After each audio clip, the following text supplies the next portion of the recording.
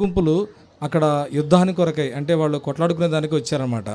అట్లా వచ్చినప్పుడు ఈ గుంపు వాళ్ళు ఏం చేశారంటే జాన్ చెప్పిన మాటలు విన్నప్పుడు కొంత సమయం వాళ్ళు యుద్ధం చేయకుండా అట్లా ఆగిపోతారు. కానీ తర్వాత మళ్ళా వాళ్ళు యుద్ధం చేస్తూ ఉంటారన్నమాట. ఎవరితో అంటే ఇంకో తెగవారు ఉన్నారు ఇక్కడ, దీవి మధ్యలో ఉండేవాళ్ళు ఇయాన్ అనే ఈ తెగ నాయకుడికి చెందిన వీళ్ళతో వాళ్ళు యుద్ధం చేస్తూ ఉన్నారన్నమాట. ఆ సమయంలో జాన్ వాళ్ళు చెప్పినప్పుడు కొంతసేపు ఆ కొట్లాట అనేది ఆగింది, కానీ మళ్ళీ వాళ్ళు కొట్లాడుకుంటూనే ఉన్నారనమాట. అప్పుడు ఈ యువతలుండ ఈ తెగవాళ్ళు అంటే హార్బర్ ప్రజలు ఏమని చెప్తున్నారంటే, మీరు జాన్ను చంపేయండి, మీరు జాన్ను చంపేస్తారా చంపేయండి, లేదంటే జాన్ను చంపకపోతే మేము కూడా చంపలేకపోతే మీ నాయకుడిని మేము చంపుతామంటారు. మీ నాయకుడిని అంటే ఇయాన్ని మేము చంపుతామని చెప్పేసి వాళ్ళు చెప్తూ వస్తారు. అలా చెప్తున్నప్పుడు ఆ గొడవాడుతున్నప్పుడు ఆ యుద్ధంలో ఏమైందంటే వాళ్ళు ఒక విచ్ క్రాఫ్ట్ అనమాట, అంటే ఒక మంత్ర ప్రయోగం అనేది ఈ ఇయాన్ మీదకి అవతలున్న తెగ వాళ్ళు ప్రయోగిస్తారన్నమాట. వెంటనే ఆయనకి అస్వస్థత వస్తుంది అనమాట, ఒక రోగం వస్తుంది. ఆయన ఆ రోగంతో ఉన్నప్పుడు అక్కడ ఉన్న వాళ్ళందరూ కూడా ఆ ఇయాన్ చుట్టూ ఉన్నారనమాట. జాన్ కూడా పిలిపించారు, ఇట్లాగ ఇయాన్ చాలా రోగగ్రస్తుడయ్యాడు, చనిపోయేలాగా ఉన్నాడంటే జాన్ అక్కడికి రావడానికి కొంచెం భయపడ్డాడు. ఎందుకు మీరు నన్ను అక్కడ తీసుకెళ్తున్నారు, నన్ను చంపాలనుకుంటున్నారు అంటే లేదు ఇయాన్ చూడటానికి అంటారు. కానీ జాన్ భయపడుతూ ఇయాన్ దగ్గరికి వస్తాడు. వచ్చి చూస్తున్నప్పుడు ఇదిగో ఇయాన్ యొక్క పడకలో ఉన్నాడు, కొంతకాలానికి చనిపోతాడు అన్నట్లుగా ఉన్నాడు అనమాట.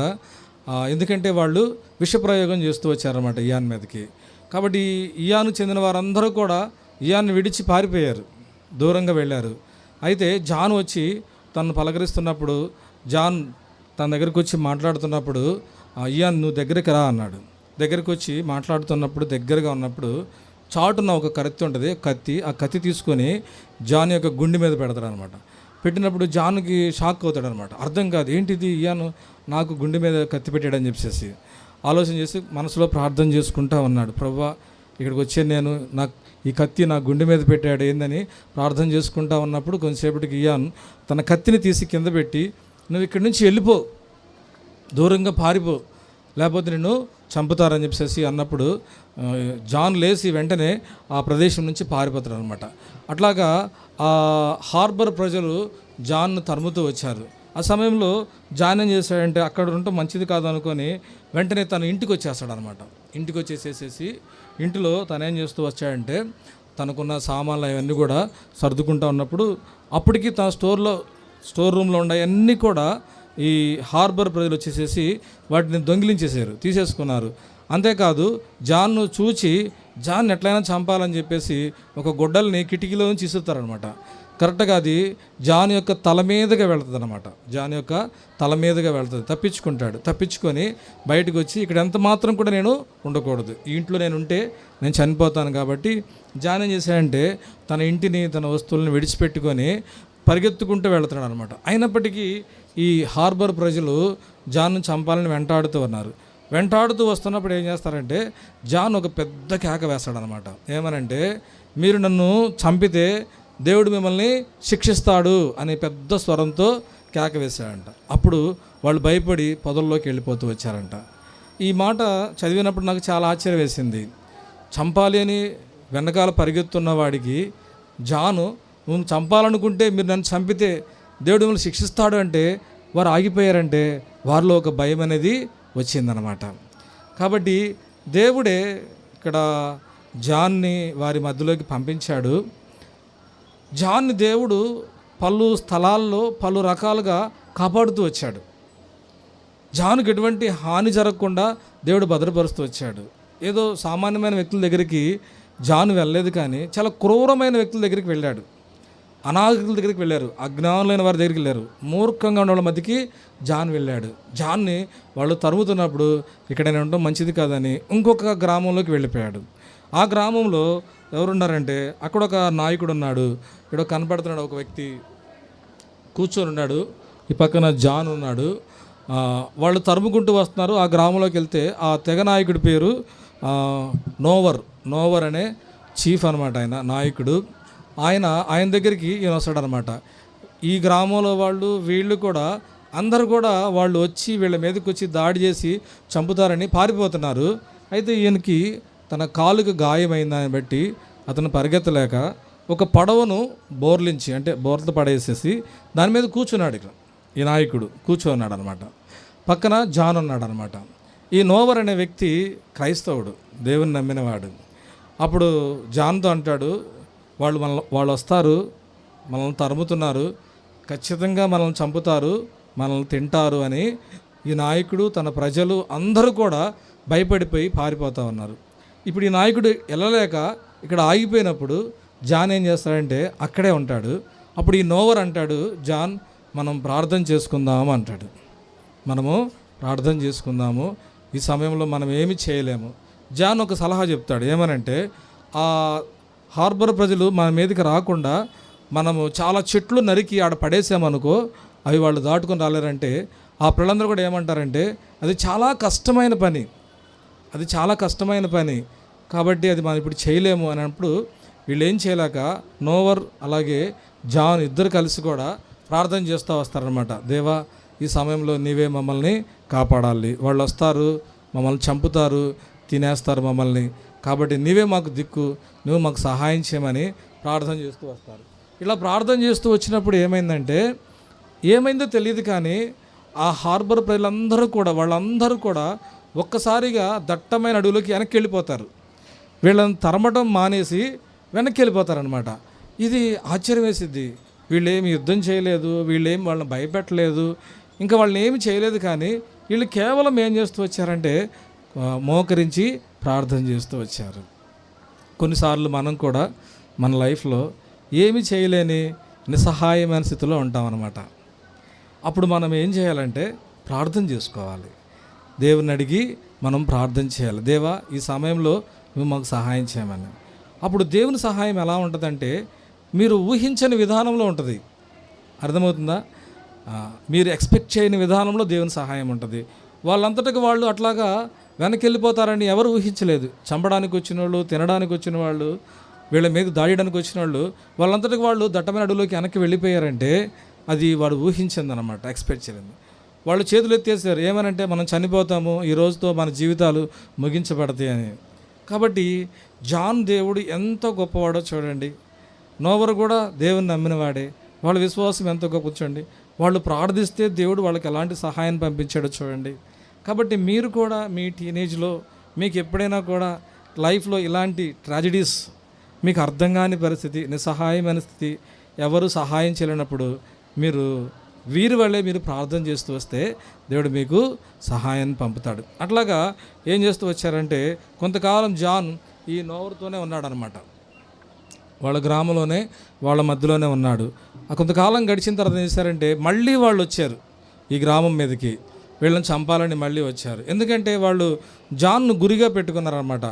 జాన్ ఏ గ్రామంలోకి వెళ్ళినా, ఎక్కడికి వెళ్ళినా కూడా జాన్ను చంపాలని వాళ్ళు గురిగా పెట్టుకున్నారు. కాబట్టి వాళ్ళు మళ్ళా వచ్చినప్పుడు ఈ నోవర్ ఏమంటాడంటే నువ్వు ఇక్కడ ఉండొద్దు, నువ్వు వెళ్ళిపో, నువ్వేం చేస్తావంటే వెళ్ళిపో, ఇక్కడ ఉంటే నీకంత మంచిది కాదు, నీకు వెళ్ళిపోయేదానికి మార్గము మా కుమారుడు, మా అబ్బాయి నీకు చెప్తాడు, నేను తీసుకుని వెళ్తాడంటే ఈ నోవర్ వాళ్ళ కుమారుడు ఏం చేస్తాడంటే జాన్ తీసుకొని అడవిలోకి వెళ్తూ ఉంటారు. వెళ్తున్నప్పుడు అటువైపు నుంచి వాళ్ళు వస్తూ ఉంటారు, హార్బర్ ప్రజలు. వాళ్ళు వచ్చేసేసి వీళ్ళ మీద దాడి చేసి చంపాలనుకొని వాళ్ళు మెల్లగా శబ్దం లేకుండా వస్తూ ఉంటారు. ఇది గమనించిన నోవర్ కొడుకు ఏం చేస్తాడంటే ఇమ్మీడియట్గా చెస్ట్ నెట్ అనే ఒక ఎత్తైన చెట్టు, పొడవైన చెట్టు ఉంటుంది. జాను చెప్తాడు, నువ్వు ఇమ్మీడియట్గా ఈ చెట్టు ఎక్కేసేయి, పాక్కుంటూ ఎక్కేసేయి, నువ్వు పైకి వెళ్ళిపో, కొమ్మల్లోకి వెళ్ళిపో, నువ్వు కనపడనంత ఎత్తులోకి వెళ్ళిపోవాలి, నువ్వు అక్కడే ఉంటేనే మంచిదని చెప్పినప్పుడు వెంటనే ఏం చేస్తాడంటే జాన్ను చూసి తను చూపించిన చెట్టు ఎక్కుతాడు, ఆ చెట్టు మీద కూర్చుంటాడు. వీళ్ళు వచ్చారు, అంతా చూస్తున్నారు, అవంతా కూడా తిరుగుతున్నారు, వితులాడుతున్నారు, కానీ జాను పైన ఎక్కడో చెట్టు మీద కూర్చున్నాడు అనమాట. ఆకుల్లో కలిసిపోయాడు అనమాట, వాళ్ళకి కనబడడం లేదనమాట. ఇప్పుడు ఈ నోవరు కొడుకు ఒక అర్ధరాత్రి అయిపోయిన తర్వాత ఏం చేస్తాడంటే తను వచ్చి పిలుస్తాడు, జాన్ అని పిలిచినప్పుడు తనకు దిగి వస్తాడు, మనం వెళదాము, వాళ్ళు వెళ్ళిపోయారు అని చెప్పేసి అన్నాడు అనమాట. అట్లాగా జాన్ జాగ్రత్తగా ఆ చెట్టు మించి దిగుతూ వచ్చాడనమాట. చూడండి, అడుగడుగున జాన్కి మరి ఎంతో ప్రాణాపాయం కలుగుతూ వచ్చింది. మరి దేవుడు పలు విధాలుగా పలు రకాల వ్యక్తుల ద్వారా దేవుడు తను తప్పిస్తూ వచ్చాడు, కాపాడుతూ వచ్చాడనమాట. కాబట్టి ఇక్కడ జాన్ ఏం చేస్తూ వచ్చాయంటే దిగి వచ్చి మరలా నోవర్ ఉన్న గ్రామానికి వచ్చి ఆడ కొంతకాలం ఉన్న తర్వాత తనేం ఆలోచించుకున్నా అంటే ఇక్కడ ఉండడం అంత మంచిది కాదు. సో ప్రతిసారి దాడి జరుగుతుంది కాబట్టి నేను చంపబడతాను, కాబట్టి నేను ఏ విధంగానే కూడా తప్పించుకోవాలి అని చెప్పేసి మరి ఇక్కడి నుంచి వెళ్ళడం మంచిదని నిర్ణయించుకొని జాన్ ఏం చేస్తాడంటే అక్కడ నుంచి బయలుదేరి సముద్రం మీదుగా ఓడ ఎక్కి ఆస్ట్రేలియాకి వెళ్తాడనమాట. ఆస్ట్రేలియాకి వెళ్ళినప్పుడు తనకు జాన్కు ఒక ఆలోచన వచ్చింది. ఏమనంటే మిషనరీలు ఈ దీవుల్లోకి వెళ్ళి సువార్త ప్రకటించడానికి ఎంతో కష్టంగా ఉన్నది. కాబట్టి వీళ్ళు ఎప్పుడైనా కూడా ప్రమాదం వచ్చినప్పుడు తప్పించుకోవడానికి వీళ్ళకి ఒక సొంత ఓడ ఉండాలి. కాబట్టి మిషనరీల యొక్క అవసరత ఈ దీవులుండు ప్రాంతం అంతటిని కూడా నోవాటు అంటారనమాట. కాబట్టి ఆ దీవుల్లో అక్కడ ఉన్నప్పుడు అక్కడికి వెళ్ళిన మిషనరీలు అక్కడ నుంచి మళ్ళీ ఇంకో దీవికి వెళ్ళడానికి వాళ్ళకొకటి ఒక ఓడ ఉండాలని ఆలోచిస్తూ వచ్చాడనమాట. కాబట్టి బహుశా దేవుడే ఈ మంచి ఆలోచన మరి జాన్కి పుట్టించాడేమో. జాన్ ప్రార్థన చేసుకొని, దేవా మరి ఇక్కడ మిషనరీల అవసరత ఎంతో ఉన్నది, చాలామంది అనాగరికులు ఉన్నారు, చాలామంది బైబిల్ని ద్వేషించే వాళ్ళు ఉన్నారు, క్రీస్తు ప్రభువుని ద్వేషించే వాళ్ళు ఉన్నారు, వాళ్ళకి రక్షణ సువార్త చెప్పాల్సిన అవసరం ఉన్నది. కాబట్టి వాళ్ళకి క్షేమం లేదు అక్కడ. అయినప్పటికీ మిషనరీస్ వెళ్ళేదాని కొరకు ఒక ఓడ అనేది వాళ్ళకి అవసరము. కాబట్టి ప్రార్థన చేసుకొని, దేవా నేను ఎవరి దగ్గరికి వెళ్ళాలి, ఎవరిని అడగాలి అని చెప్పేసి జాన్ అనుకుంటూ ఉన్నాడు. అప్పుడు దేవుడు తనకు ఒక ఆలోచన చెప్తూ వచ్చాడు. ఒక చర్చి దగ్గరికి వెళ్ళాడు అనమాట. ఆ చర్చిలో ఏం జరుగుతుందంటే ఆరాధన జరుగుతుంది. ఆరాధన అయిపోయిన తర్వాత పాస్టర్ గారిని కలిసిన తర్వాత అతను పర్మిషన్ అడుగుతాడు. నేను అక్కడ ఉన్న ఇట్లాంటి యవనస్తురాలతో కలిసి మాట్లాడొచ్చా అంటే మాట్లాడొచ్చా అన్నాడు. ఇప్పుడు ఇట్లాగే నుంచొని జాన్ ఏం చెప్పాడంటే వాళ్ళకి తను వెళ్ళిన దీవుల్లో తను ఎట్లాగా యేసుప్రభు గురించి చెప్తూ వచ్చాడో, ఎలాంటి పరిస్థితులు గుండా వెళుతూ వచ్చాడో, మిషనరీలు ఎంత అవసరమో వాళ్ళు చెప్తూ వచ్చాడు. అంతేకాదు వాళ్ళకి ఒక ఓడ కూడా అవసరమని చెప్తూ వచ్చాడు. అంటే అప్పుడు అక్కడ ఉన్న వాళ్ళందరూ నిజమే ఓడ అవసరమే, కాబట్టి మనము వారికి సహాయం చేద్దాము అన్నప్పుడు జాన్ అన్నప్పుడు వాళ్ళందరూ కూడా మంచిది, మేము కూడా సహాయం చేస్తాం, మేము డబ్బులు ఇస్తాము ఆ మిషనరీలకు సహాయం చేయడం. కాబట్టి మిషనరీలుగా కొంతమంది వెళుతూ ఉంటారు. అయితే వాళ్ళకి మనము డబ్బులు ఇచ్చి సహాయం చేయడం కూడా దేవుని సేవే, వాళ్ళ సేవకు మనము సహకరించినట్లే. కాబట్టి వాళ్ళేమో ప్రాణాలు తెగించి ఆ యొక్క అనారోగ్యాల మధ్యలోకి వెళుతున్నారు. మరి వాళ్ళకి కావలసిన వసతులు కానీ సరుకులు కానీ ఇంకేమైతే వాళ్ళ రవాణాకు కావాల్సి అవన్నిటినీ సమకూర్చడం కూడా అక్కడ ఉన్న వాళ్ళ బాధ్యత అని గుర్తించారు వాళ్ళు. గుర్తించాలంటే మా మట్టుకు మేము డబ్బులు ఇస్తాము, మా మట్టుకు మేము అట్లాగే వీళ్ళందరూ కూడా ఏం చేస్తూ వచ్చారంటే డబ్బులు ఇస్తూ వచ్చారనమాట. దాన్ని బట్టి ఒక ఓడను వాళ్ళు కొనుక్కుంటూ వచ్చారు. తర్వాత జాన్ ఏం చేస్తూ వచ్చాడంటే తను మరి అక్కడి నుంచి బయలుదేరి ఒక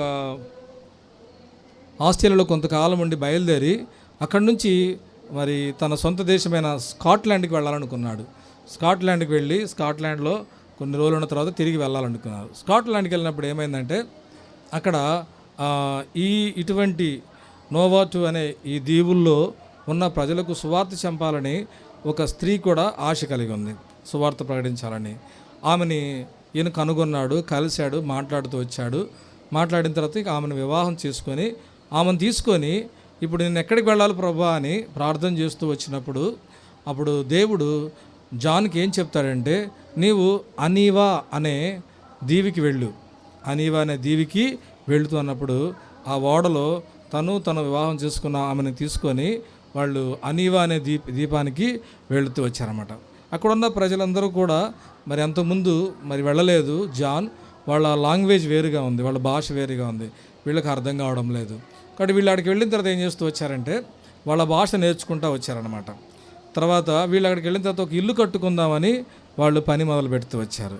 వీళ్ళల్లో కొంతమంది వచ్చి సహాయం చేస్తున్నారు. ఆ తెగలో ఉండేవాళ్ళు అంటే ఆ దీవిలో ఉండేవాళ్ళు కొంతమంది వచ్చి సహాయం చేస్తున్నారు. వాళ్ళకి జాన్ ఏం చేశాడంటే కొన్ని ఫిష్ హుక్స్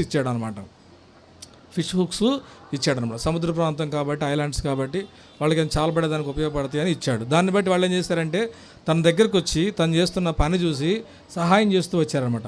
వారు మాట్లాడుతున్నప్పుడల్లా కూడా ప్రతి మాటని వీళ్ళు గమనిస్తూ ఆ విధంగా రాసుకుంటూ వాళ్ళ లాంగ్వేజ్ని నిదానంగా నేర్చుకుంటూ వచ్చారనమాట. నేర్చుకుంటూ వచ్చినప్పుడు ఒకరోజు ఏమైందంటే ఇల్లు కట్టేటప్పుడు జాన్కి తన దగ్గర ఉన్న మేకులన్నీ కూడా అయిపోయినాయి అనమాట. అయిపోయినప్పుడు ఏమైందంటే జాన్ ఒక పని చేస్తాడు. ఏమనంటే తన దగ్గర ఆ తెగకు చెందిన ఒక నాయకుడు ఉన్నాడు. ఆయన పేరు నామకేయి. ఏం పేరు అయిపోయిన ఆయన పేరు? నామకేయి. ఫస్ట్ ఒక నాయకుడి గురించి చెప్పుకున్నాం మనం, ఆ దీవిలో ఉన్న ఇయానని. తర్వాత ఇంకొక గ్రామంలో ఇంకొక నాయకుడు ఉన్నాడు, ఆయన పేరు నోవర్ అని చెప్పుకున్నాం. ఇప్పుడు ఈ దీవిలో, అనీవా అనే దీవిలో ఆ నాయకుడి పేరు ఏంటంటే నామకేయి. ఇతను కూడా జాన్ దగ్గర పనిచేస్తూ ఉన్నప్పుడు ఈ మేకులు అయిపోయినప్పుడు అక్కడ తన భార్య దగ్గరికి పంపించి ఆ మేకులు తెప్పించాలని జాన్ అనుకున్నాడు. అప్పుడు ఎట్లా చెప్పాలి? ఈయన భాష వాళ్ళకి అర్థం కాదు, ఆయన భాష ఈయనకి అర్థం కాదు. కాబట్టి ఎలాగని చెప్పండి, అక్కడ పనిచేస్తున్నప్పుడు ఒక మెత్తటి చెక్క తీసుకున్నాడు. ఆ మెత్తటి చెక్క మీద ఏం చేశాడంటే చిన్న నోట్ రాశాడు. ఏమనంటే నాకు మేకులు అవసరమని చిన్న నోట్ రాశాడు. రాసి ఈ చెక్క ఇచ్చాడు. ఇచ్చి ఈ నామకేయిని పంపించాడు. ఎక్కడ పంపించాడంటే తన భార్య దగ్గరికి వెళ్ళి ఇది తీసుకెళ్ళి ఇవ్వమని. అది తీసుకెళ్ళినప్పుడు ఆమె తీసుకొని చదివింది. అది చదివి వెంటనే ఆ మేకులు ఆయనకి ఇచ్చి పంపించింది. ఇక్కడ చూడండి, ఇక్కడ జాన్ ఆ మెత్తటి చెక్క మీద ఆ నోట్ రాశాడు తనకి ఏం కావాలనేది. అది ఆయనకి ఇచ్చి పంపిస్తున్నాడు. అక్కడికి వెళ్ళిన తర్వాత ఆమె తీసుకొని ఆయనకి మేకులు ఇచ్చినప్పుడు ఈయనకు ఆశ్చర్యంగా ఉంది. ఈ రాసేది ఎప్పుడు ఆయన చూడలా. ఏం రాశాడైనా? రెండోది ఈ చెక్క తీసుకెళ్ళి ఆమెకి ఇస్తే ఆమె చూసి చదువుతుంది, మాట్లాడుతుంది. ఇదేంటి చెక్క మాట్లాడిద్దా? చెక్క మాట్లాడుతుంది అని అంటే వాళ్ళకున్న జ్ఞానం అంతవరకే. అట్లా ఆయనకు ఆశ్చర్యంగా ఉందన్నమాట. సరే తన దగ్గర ఉన్నారు. అట్లాగా వాళ్ళు ఆ ఇల్లు కడుతూ వచ్చారనమాట. ఇల్లు కడుతూ వచ్చినప్పుడు ఆ పని అంతా పూర్తయిన తర్వాత జాన్కి ఇంకొక ఆలోచన కూడా వచ్చింది. ఆ దీవిలో తగినంత నీరు లేదనమాట. వాళ్ళు తాగేదానికి ఎక్కువ నీరు లేదనమాట. సముద్రం చుట్టూ ఉన్నది, మంచినీళ్ళు లేవు. జాన్కి ఒక ఆలోచన వచ్చింది. ఏమనంటే ఒక బావి తవ్వితే బాగుండు అనే ఆలోచన వచ్చింది. వెంటనే ఏం చేశాడంటే అక్కడున్న ఒక ఇద్దరు తెగ నాయకులు తన దగ్గరే ఉన్నారనమాట. వీళ్ళిద్దరు జాన్ ఏం చేసినాడంటే ఇదిగోండి ఒక బకెట్ లాంటిది, ఒక పార లాంటిది తీసుకొని ఆ ప్రాంతంలో బావి తవ్వాలి. వాళ్ళకి ఎలాగా చెప్పాలి, ఏం చెప్పాలి అని అంటే వాళ్ళకి అర్థం అవడం కోసం ఆకాశం నుంచి వర్షం వచ్చింది కదా, అట్లాగే భూమిలోంచి కూడా వర్షం వచ్చిందని చెప్తాడు ఆయన. నీళ్ళు వస్తాయి అనేదానికి ఆకాశం నుంచి వర్షం వస్తుంది కదా, నీళ్ళు వస్తున్నాయి కదా, అట్లాగే భూమిలోంచి కూడా వర్షం వస్తుంది అని చెప్తాడు. చెప్పినప్పుడు అలా అర్థం చేసుకొని భూమిలోంచి వర్షం వస్తుందా? ఎట్లా వస్తుంది? వాళ్ళకి అప్పటి వరకు కనపడింది ఏంటి? ఆకాశం నుంచే నీళ్ళు వస్తాయి, కింద నుంచి నీళ్ళు వచ్చే సంగతి వాళ్ళకి తెలియదు. ఎందుకు? వాళ్ళు అనాగరికులు కాబట్టి. అప్పుడు జాన్ ఏం చేస్తూ వచ్చాయంటే తవ్వుతున్నప్పుడు ఫస్ట్ వాళ్ళకి ఎలా ఉందంటే జాన్ ఒక పిచ్చివాడిలాగా, ఒక వెర్రివాడిలాగా ఏం చేస్తున్నాడు, ఎందుకు తాను దాంట్లో మరి ఉండడానికి, కాపాడుకోవడానికి, రక్షించుకోవడానికి చేస్తున్నాడా, ఏంటి పిచ్చి పని అని చెప్పేసి కొంత అనుకుంటూ వచ్చారు వాళ్ళు. తర్వాత జాన్ తవ్వుతూ వచ్చాడు, నీళ్ళేం పడలేదు. ఆ తర్వాత తనతో పట్టిన వాళ్ళు కూడా తవ్వారు. అప్పుడు జాన్ ఏమంటాడంటే ఇవాళకి మనం ఆపుదాము అని చెప్తూ వస్తాడనమాట. ఆ తర్వాత రెండో రోజు జాన్ ఆ బావిని తవ్వుతున్నప్పుడు ఏం జరిగిందంటే వాళ్ళలో ఒక నాయకుడు వచ్చేసి ఎందుకు మీరు తవ్వుతున్నారు, ఆపేయండి అని చెప్పేసి కొంచెం అడ్డంకు చెప్తూ వస్తాడు. అయినప్పటికీ జాన్ ఏం చేస్తాడంటే తవ్వుతానే ఉంటాడు. త్రవ్వంగా జాన్ తవ్వుతున్నప్పుడు ఒక ప్రార్థన చేస్తాడు. ఏమనంటే దేవా, ఇక్కడ మాకు మంచి నీళ్ళు ఇవ్వు, మాకు మంచి నీళ్ళు కావాలి, నువ్వు ఇస్తావు ప్రభువా అని నేను నమ్ముతున్నానని ప్రార్థన చేస్తూ వస్తాడు. మొట్టమొదట కొంచెం మురికిగా వచ్చినట్లుగా కనబడిద్ది బావి తవ్వుతున్నప్పుడు నీళ్లు. జాన్ చూసి ఏమని ప్రార్థన చేస్తాడంటే మంచి నీళ్ళు ఇవ్వు ప్రభువా, రుచికరమైన నీళ్ళు ఇవ్వు ప్రభువా అని చెప్తూ వస్తాడు. అలాగ తవ్వుతున్నప్పుడు ఒక చిన్న రంధ్రం పడిద్ది. ఆ రంధ్రంలోనికి ఆ పారను గట్టిగా నెట్టి దాన్ని లాగేసినప్పుడు ఏమైందంటే ఒక్కసారిగా నీళ్లు బయటికి తన్నుకొని వచ్చేస్తాయి అన్నమాట. నీళ్లు తన్నుకొని వచ్చినప్పుడు వాళ్ళందరూ చూస్తూ ఉంటారు అనమాట. ఆశ్చర్యంగా ఉంటుంది, ఇదేంటి పైనుంచి నీళ్ళు వస్తాయి, కింద నుంచి నీళ్ళు రావటం ఏంటని ఆశ్చర్యంగా ఉంటుంది వాళ్ళకి. జాన్ తీసుకొచ్చి వాటన్నిటిని కూడా మరి కూజాలో తీసుకొని తాగుతాడు. తాగినప్పుడు చాలా రుచిగా ఉంటుంది, మంచిగా ఉంటాయి. ప్రభువా, ఈ సముద్రపు ఉప్పు నీళ్ళు వద్దు, మురికి నీళ్ళు వద్దు ప్రభువా, రుచికరమైన నీళ్ళు మాకు కావాలి ప్రభువా అని చెప్పేసి తను అడుగుతూ ఉంటాడు అనమాట. అట్లాగే దేవుడు జాన్ తను ప్రార్థన చేసిన దాన్ని బట్టి తను త్రవ్విన తర్వాత ఆ నీళ్ళు వస్తాయి. తర్వాత ఏం చేస్తూ వచ్చాయంటే ఆ కూజాలో ఆ నీళ్లు పట్టేసేసి నామకేయి తన తెగనాయకుడికి ఆ నీళ్ళు ఇస్తాడు. వాళ్ళు తాగుతారు, చాలా రుచిగా ఉంటుంది. అప్పటి వరకు అర్థం కాదు, ఇదేంటి పైనుంచి నీళ్లు పడతాయి, కింద నుంచి నీళ్ళు రావటం ఏందని ఆశ్చర్యంగా ఉంటుంది. ఆశ్చర్యంగా ఉన్నప్పుడు ఈ నామకేయికి కొంచెం జాన్ మీద నమ్మకం ఏర్పడుతూ ఉంటుంది అనమాట. కొంచెం ఆలోచన కలుగుతూ ఉంటుంది. ఏమనంటే ఇదేదో అద్భుతంగా ఉన్నదే, ఆశ్చర్యంగా ఉన్నదే, జాన్ దేవుడు ఏదో గొప్పవాళ్ళలాగా ఉన్నాడే అని చెప్పేసి అనుకొని వెంటనే ఏం చేస్తాడంటే తన తెగవారి దగ్గరికి జాన్ తీసుకొని వస్తాడు అనమాట. తీసుకొని వచ్చి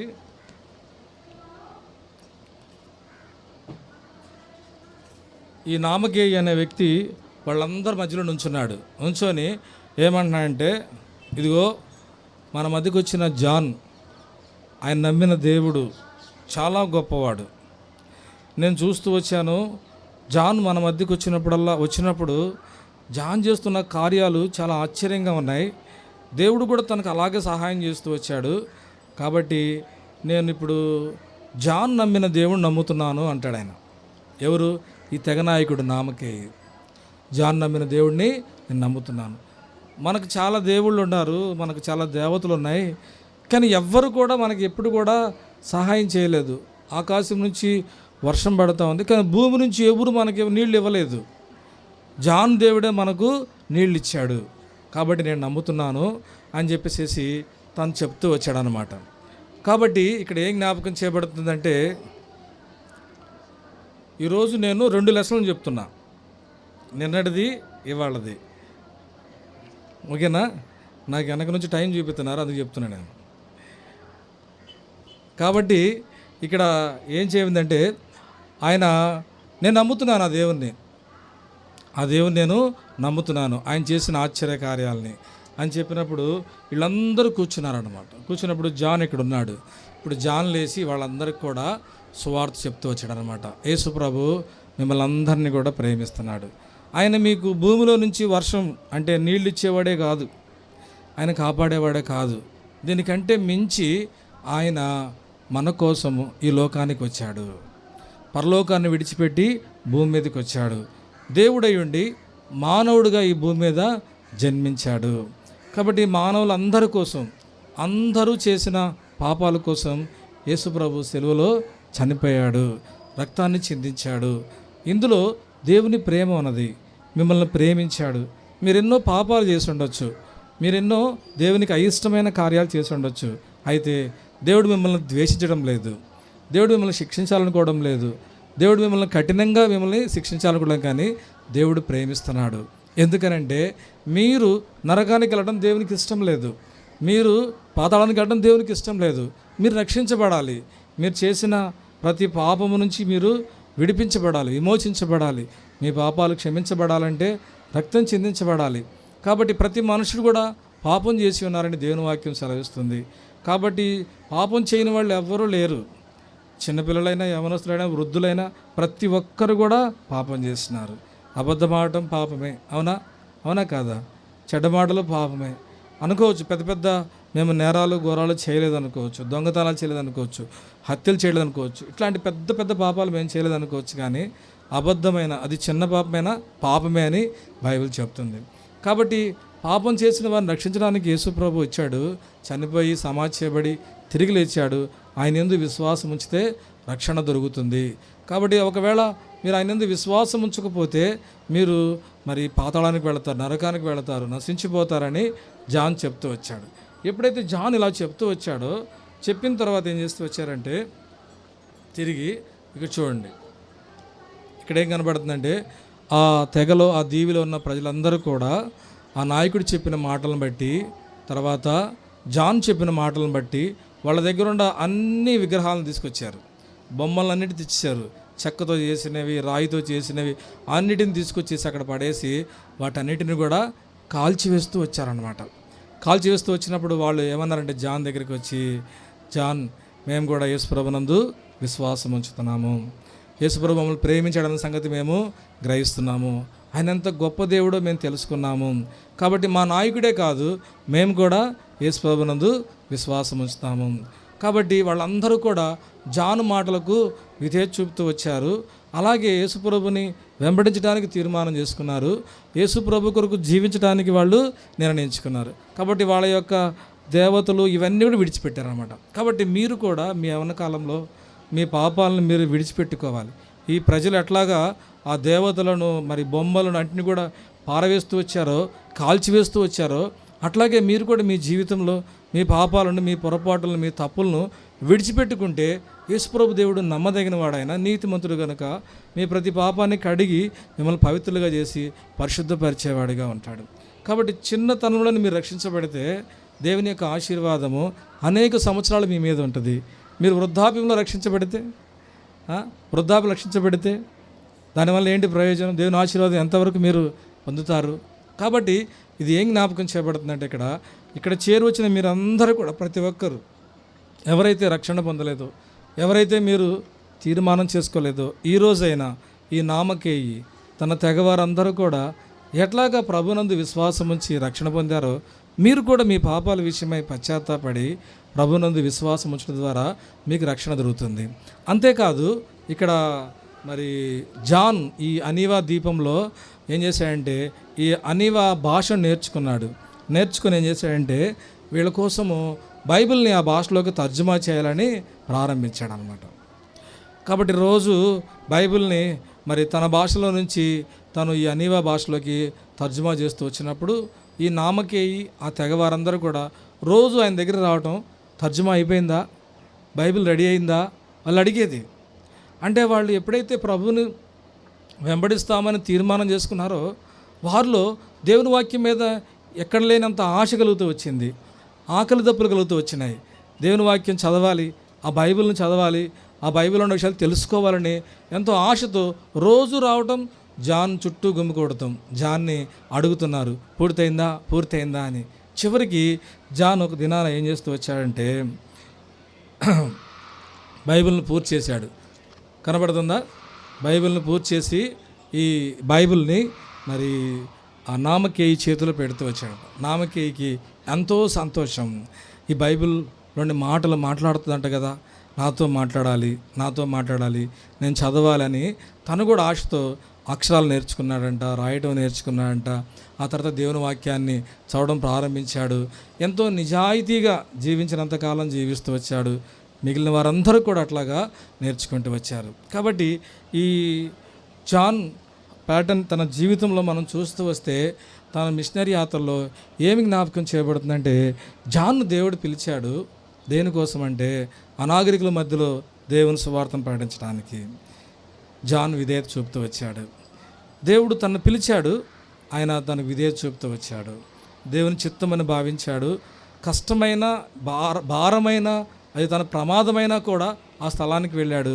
దేవుని వాక్యాన్ని వారి దగ్గర తీసుకెళ్ళాడు అనమాట. ఒకవేళ జాన్ అనీవా ద్వీపానికి వెళ్ళకపోతే ఏమైందంటే అక్కడ నామకేయి రక్షించబడేవాడు కాదు. దానివల్ల నామకేయి దేవునికి, యేసుప్రభుకి శాశ్వతంగా దూరం అయ్యేవాడు. సువార్త ప్రకటించకపోతే అనేకులు దేవునికి దూరం అయిపోతారు. అవునా? శాశ్వతంగా దూరం అయిపోతారు, దేవుని కలుసుకోలేరు.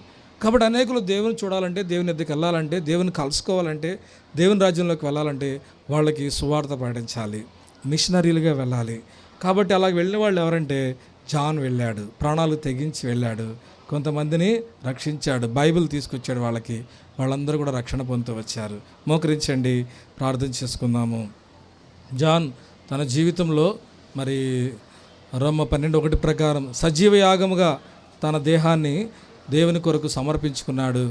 మీరు కూడా సమర్పించుకుంటారా? మోకరించండి, కళ్ళు మూసుకురండి. మొట్టమొదట మీలో ఎవరైనా కూడా ఇంకా రక్షణ పొందకపోతే, ఇక్కడ నామకేయి అనే వ్యక్తి ఒక అనాగరికుడు, మరి అజ్ఞానంలో ఉన్న వ్యక్తి దేవుణ్ణి తెలుసుకున్నాడు, రక్షణ పొందాడు.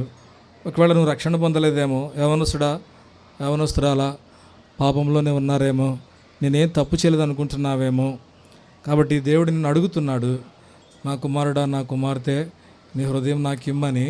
ఒకవేళ నీవు రక్షించబడకపోతే ఈ దినమైనా ఇప్పుడైనా కూడా ఆ తెగనాయకుడు రక్షించబడినట్లుగా నువ్వు రక్షించబడవచ్చు.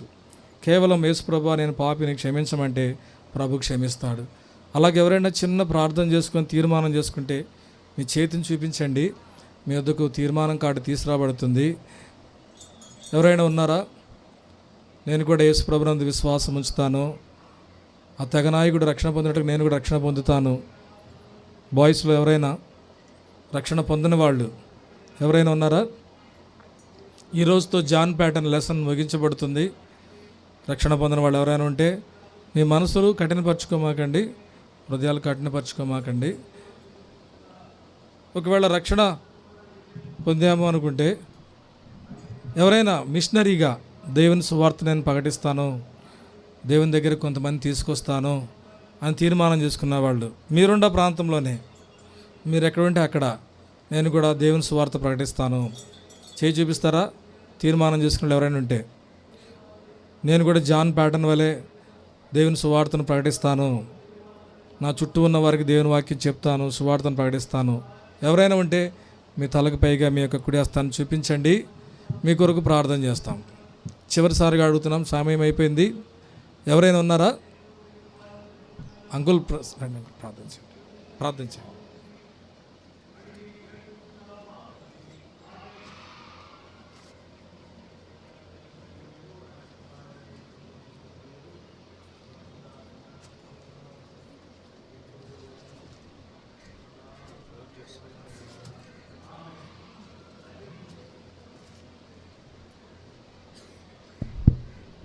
ప్రేమ కలిగిన తండ్రి, నమ్మకమైన దేవా, స్తోత్రాలు వందనాలు చెల్లించుకుంటున్నాం. ఉదయకాలం సీనియర్ క్లాసులో దీర్ఘశాంతమును గురించిన మెయిన్ లెసన్ మా తండ్రి పాఠం వినిపించబడటానికి కృపనిచ్చారు, వర్క్ చేయడానికి కృపనిచ్చారు. ఇప్పుడు క్లోజింగ్ లెసన్లో జాన్ గురించి మా తండ్రి తన యాత్రా జీవితం, సువార్త సేవ జీవితం, తన క్లిష్ట పరిస్థితులు, ఎంతో భయంకరమైన పరిస్థితుల్లో తన ప్రయాణం కొనసాగిస్తూ సేవ కొరకై ధైర్యముగా నిలబడి అలాగా సాగిపోతూ సువార్తను ప్రకటిస్తూ వచ్చాడు, ప్రార్థన చేస్తూ వచ్చాడు.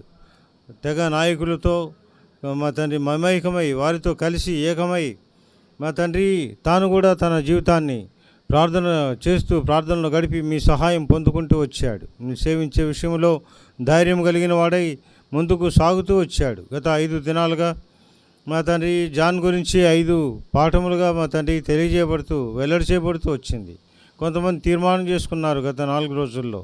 ఈ దినం మా తండ్రి వారితో మాట్లాడము, పిల్లలతో కనికరించము, వారి తీర్మానం ఏమిటో వారిని స్థిరపరిచి రక్షించము, వారిని సంధించము, నీ కృప దయచేయండి. నీ వాక్యము వారి హృదయంలో పనిచేయనట్లుగా సహాయపడము. వందనాలు చెల్లించుకుంటాను. తిరిగి వెళ్తున్నారు. మరలా రేపటి ఉదయకాలం 7:30 గంటలకు ప్రారంభం అయ్యే VBS కొరకై పిల్లలు రావాలి. వారిని క్షేమంగా తీసుకోండి. మంచి మనస్సును ఇవ్వండి మా తండ్రి, మానివేయకుండా కాపాడు. క్రొత్త వారు కూడా రావడానికి సహాయపడు. వందనములు చెల్లించుకుంటూ మీరు ఇచ్చిన మంచి మా తండ్రి దయను బట్టి, కృపను బట్టి, మంచి సమయాన్ని బట్టి స్తోత్రాలు చెల్లించుకుంటూ యేసు ప్రభు పరిశుద్ధ నామమున బట్టి స్తుతించి ప్రార్థించి వేడుకుంటున్నాం తండ్రి. ఆమెన్.